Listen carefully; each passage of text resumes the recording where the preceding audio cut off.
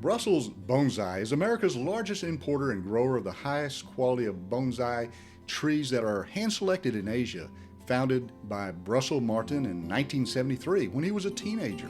Today he has 50 employees with annual revenues that exceed $5 million. Now there are approximately 20 acres devoted entirely to bonsai, and 200,000 square feet of that is devoted to bonsai greenhouse spaces, of which they are the state-of-the-art facilities as a bonsai, custom-designed bonsai growing facility. Hi. Hey, how y'all doing? Oh, we're enjoying this summer-like weather. There you go. Man. Now, I'm from Texas, and I heard about this place, and she's from Tennessee, and she's said, you got to see this place. Hey, man. Well, if you came to look at bonsai, you came to the right place. Okay. So it's all bonsai. I'll get y'all going. It's kind of a, self-service place, but we mainly ship. That's 99% of our sales. We ship all over the United States. Yeah, I read your website. Yeah. So there's two kinds of bonsai. There's indoor and outdoor. Outdoor bonsai are trees that go through the seasonal change, so you keep them on your patio or deck. These are all outdoor bonsai. Wow. Man. Gone redwood, Japanese maple. Oh. Shimpaku juniper. See, the trees go through the seasonal change. Unbelievable. I've never seen anything like this. Well, these are the real old and expensive ones. Wow. So you go, we call this our specimen. And you go out that back door, it slides to the left, just like this one did. It's a sliding door. All the upstairs is indoor bonsai. All the downstairs is outdoor bonsai, and it's all a lot of little. This is our most expensive stuff. Wow. Well, we have a bonsai for everybody. My goodness. Now, are you the owner? Uh-huh. Yeah, I read your story. Fascinating. Man, Yeah. You knew what you wanted to do quickly. Yeah. You were very, very blessed. But it just shows you, bonsai's the technique. That's an azalea. Yes. Bonsai, that's a crepe myrtle. This is a 5-needle pine. This is a Shimpaku juniper. So you apply bonsai techniques and you make the tree look like it's nature. So, but you always try to work with trees that have a short needle, a small leaf. So it's in scale once you've worked on it. So yeah, it's like I said, y'all make yourselves at home. Okay. You just go out this. I'll take you that far. Okay. And then, Where's your most expensive tree? Oh, I got a tree that's $60,000. Was it Most behind us? expensive I've ever sold. Yeah, that juniper when you first. Oh, came. yeah. It's Well, why is it priced like that? It's 300 years old. Out of Japan. Oh my goodness. Oh my goodness. What is This that? is all indoors. So you go out that back door. What is that? Ficus. Yeah. Now, are these high maintenance? Not really. No, it's not rocket science, or I wouldn't be doing it.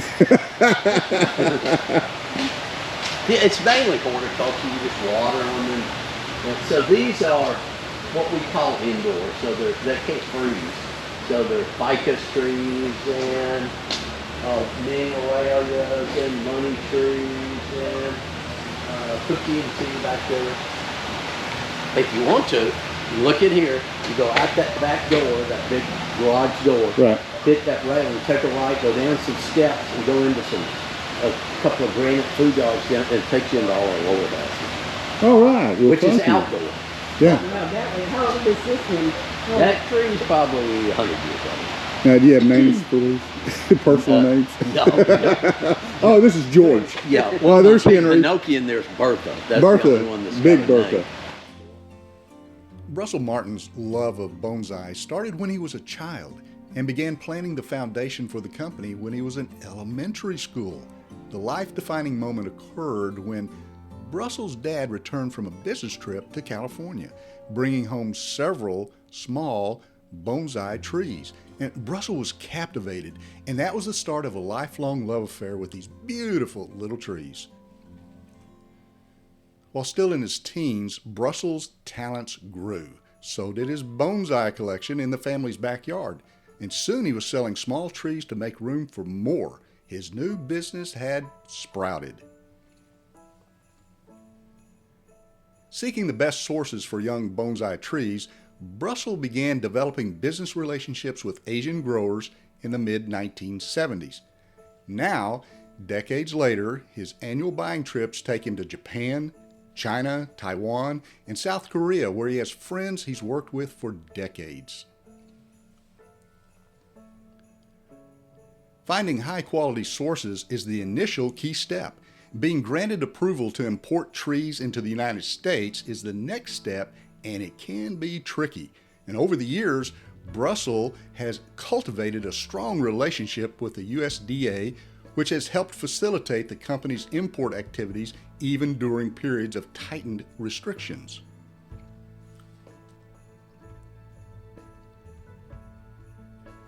In 2005, Brussels Bonsai Nursery moved to a custom-designed growing facility in the small town of Olive Branch, Mississippi, which is just 20 miles south of Memphis, Tennessee, and a few miles from both FedEx and UPS hubs. Brussels Bonsai is now the largest nursery in the United States devoted entirely to bonsai trees. And as you can see, it's a huge, bright, climate-controlled greenhouse that provides optimum growing conditions for a variety of bonsai trees, from smaller gift plants to majestic specimen trees, and some really expensive ones too.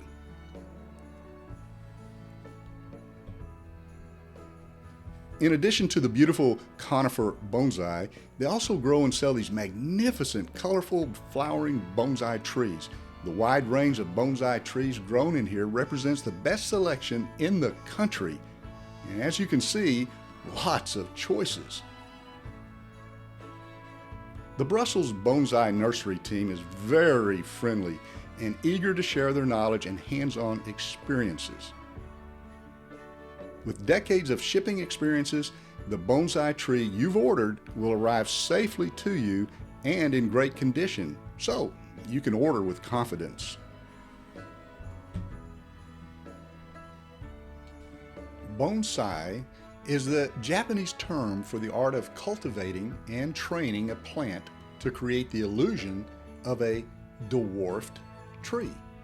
Bonsai is a Japanese word made up of two characters or word phrases, bon and sai. So, how do you pronounce it? Well, I always thought it was bonsai until Brussel re-educated me. So, when you see the letters together, B-O-N, you'll know that it is not pronounced bon, as in bonsai, but rather as our English word bone, which in Japanese means a pot, a container, or a tray.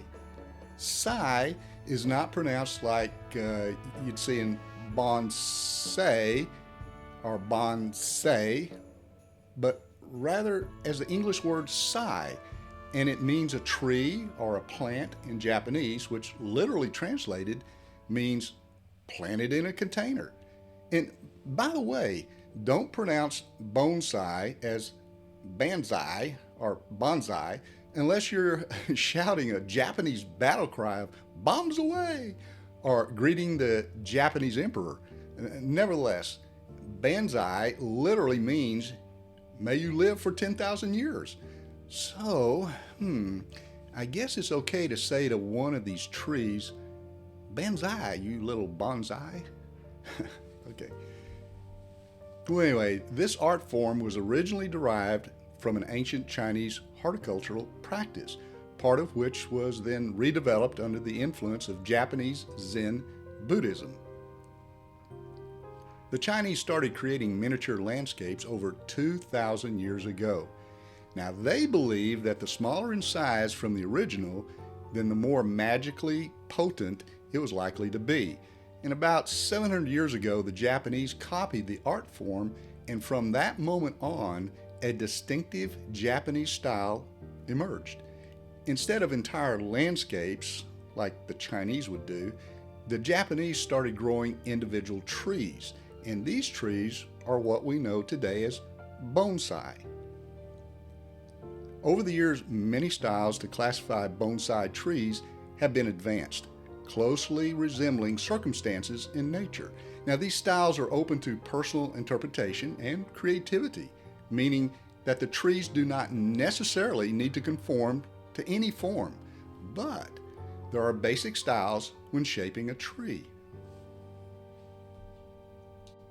When choosing a bonsai, the first step is to decide which style is best suited for your needs. Now, as you can see, there are lots of shapes and styles from which to choose, but bonsai is usually classified into 5 basic styles: formal upright, informal upright, slanting, cascade, semi-cascade.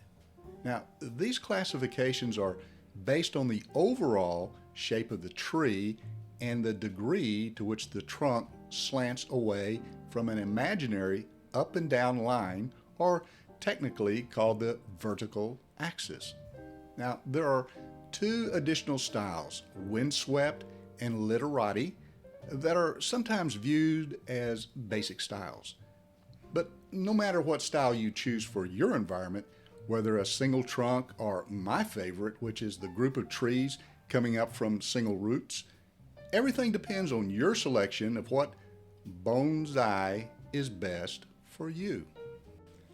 I'm going to take a few minutes to go over these 5 basic styles so you'll know what to purchase. Now, there's much more information about these styles and how to care for them on Brussel's website, which I posted at the very end of this video.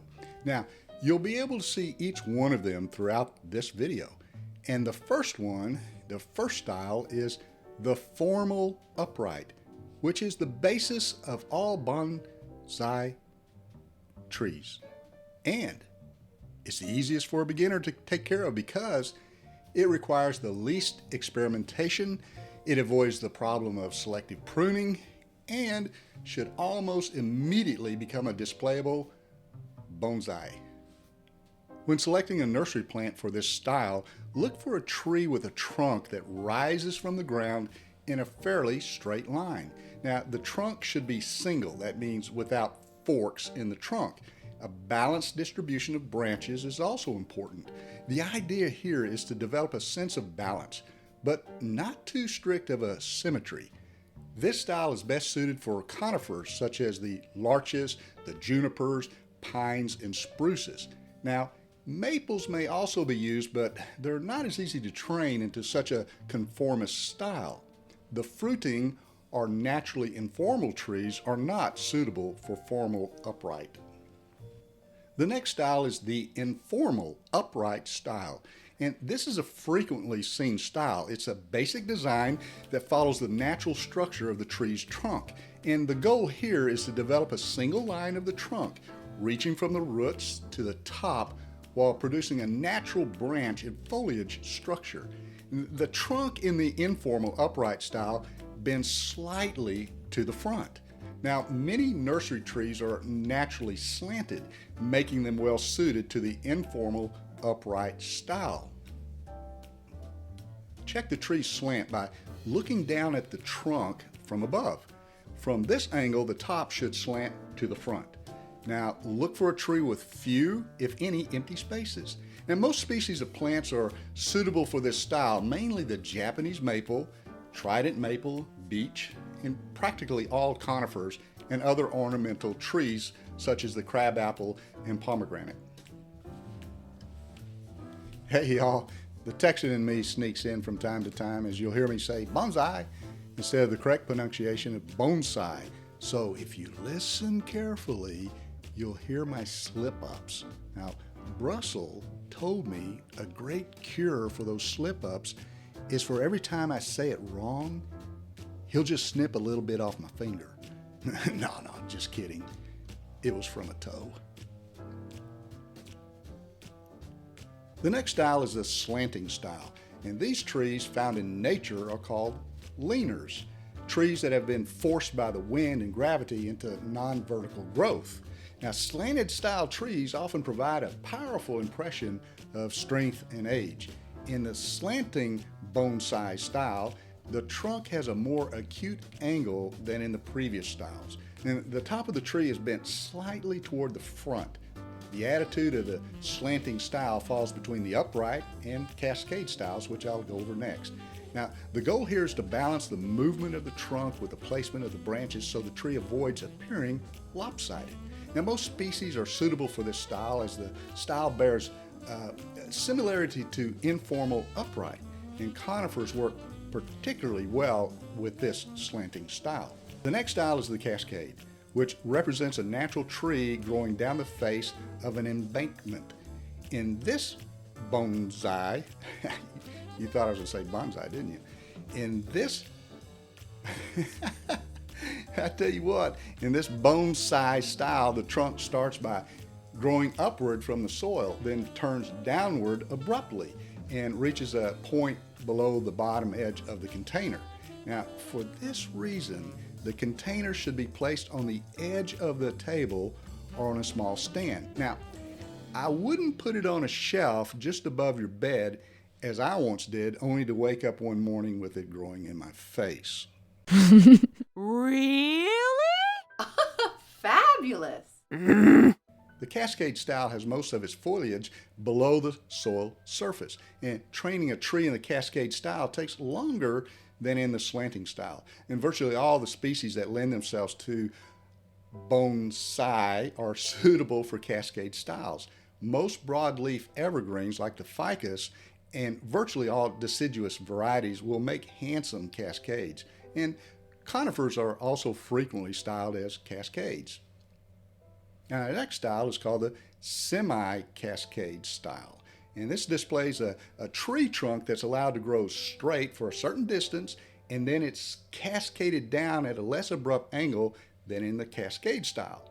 And the semi-cascade style has a curving trunk that does not reach the bottom of the container, unlike that of tree trunks in the cascade style. And the cascading branches are thought of as the front of the tree, and the back branches are trained closer to the trunk than in the other styles. And branches and foliage in the semi-cascade should not reach below the bottom of the container, but should go below the level of the soil surface. Plants that are well adapted to the cascade and semi-cascade styles are prostrate junipers and flowering plants such as the chrysanthemums, the wisteria, willows, and star jasmine. Now, an additional bonsai style is called the windswept, and this style simulates the effect of sustained exposure to strong winds. In this design, each of the branches appears to be swept to just one side, as if being blown by a strong wind in West Texas, or having large portions of foliage and branches stripped by environmental conditions such as in West Texas. Hey y'all, just a little side note. In West Texas, bonsai is definitely pronounced bonsai, because that's where this here accent of mine came from when, as an impressionable child living in Sweetwater, Texas for a season, done implanted this accent in my brain. Okay, off course. Let's get back on course. Look, there's a horny toad.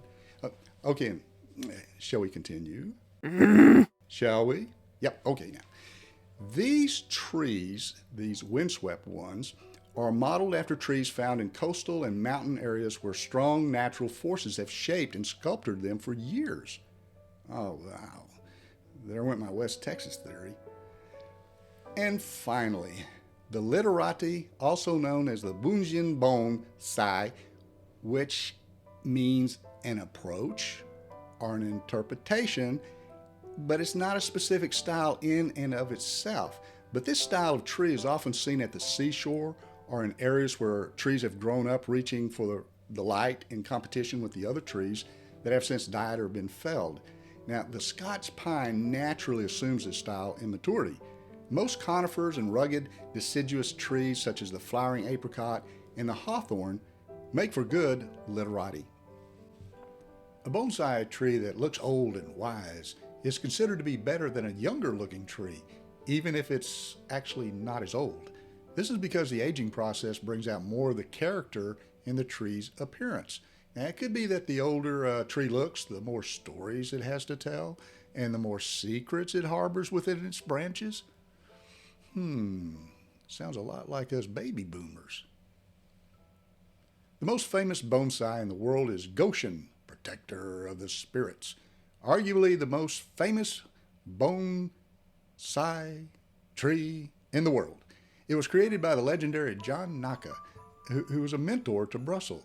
And the bonsai is actually a combination of 11 separate juniper trees, each representing one of his 11 grandchildren.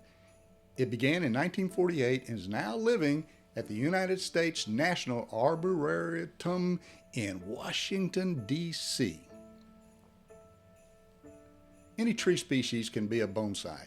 It's possible to make a bonsai from almost any species of tree or shrub, but some of the more favorable for reasons of maintenance and environment. Now, the literal distinction between a normal tree and a bonsai tree is when the germinated seed is placed in a container.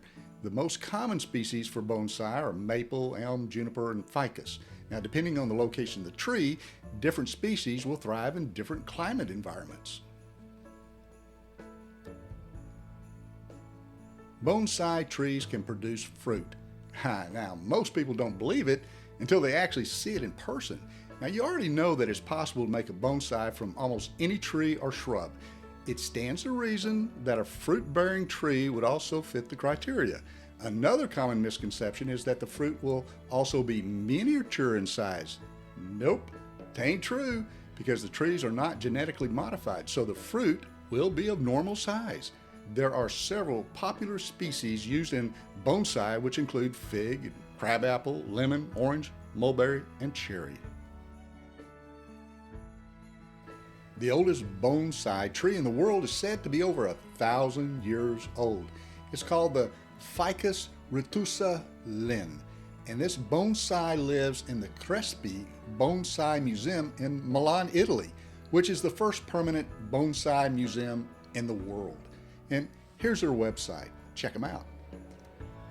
Two rare and priceless trees in Japan are both estimated to be over 800 years old and can be seen in a museum in Tokyo. And here's their website. Check it out.